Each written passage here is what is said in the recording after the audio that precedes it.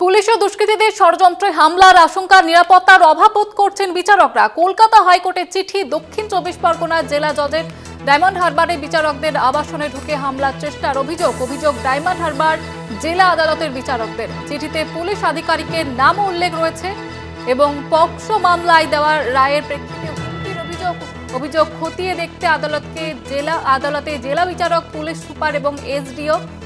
আপনাদের যেমনটা জানাচ্ছিলাম, এবার নিরাপত্তার অভাব বোধ করছেন খোদ বিচারকরাই, এমনটাই অভিযোগ করছে যে আবাসনে ঢুকে হামলার অভিযোগ, এবং এই নিয়ে কিন্তু তারা অভিযোগ তুলে ধরেছেন। অভিযোগ ডায়মন্ড হারবার জেলা দপ্তরের আদালতের বিচারকদের।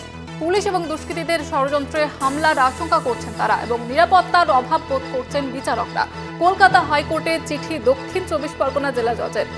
ডায়মন্ড হারবারে বিচারকদের আবাসনে ঢুকে হামলার চেষ্টার অভিযোগ ডায়মন্ড হারবার জেলা আদালতের বিচারকদের। চিঠিতে পুলিশ আধিকারিকের নামও উল্লেখ রয়েছে এবং পক্সো মামলায় দেওয়া রায়ের প্রেক্ষিতে হুমকির অভিযোগ খতিয়ে দেখতে আদালতের জেলা বিচারক এবং পুলিশ সুপার, এসডিও। আমাদের সঙ্গে রয়েছে প্রতিনিধি পীযূষ কান্তি নাগ। পীযূষ কান্তি, ঠিক কি অভিযোগ করছেন তারা, কি ঘটেছে ঠিক?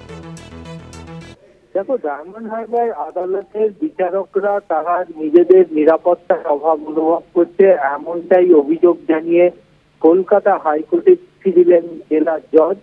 এবং সেই চিঠিতে তিনি উল্লেখ করেছেন যে পুলিশের সহযোগিতায় কিছু মিসক্রিয়েন্ট তাদের যে কোয়ার্টার রয়েছে, জাজের কোয়ার্টার, সেখানে তারা ঘোরাফেরা করছে। কিছুদিন আগে ডায়মন্ড হারবার আদালতে একটি পক্সো মামলার নির্দেশ জারি হয়। সেই মামলার নির্দেশের পরই তার হুমকি দেওয়া শুরু হয়।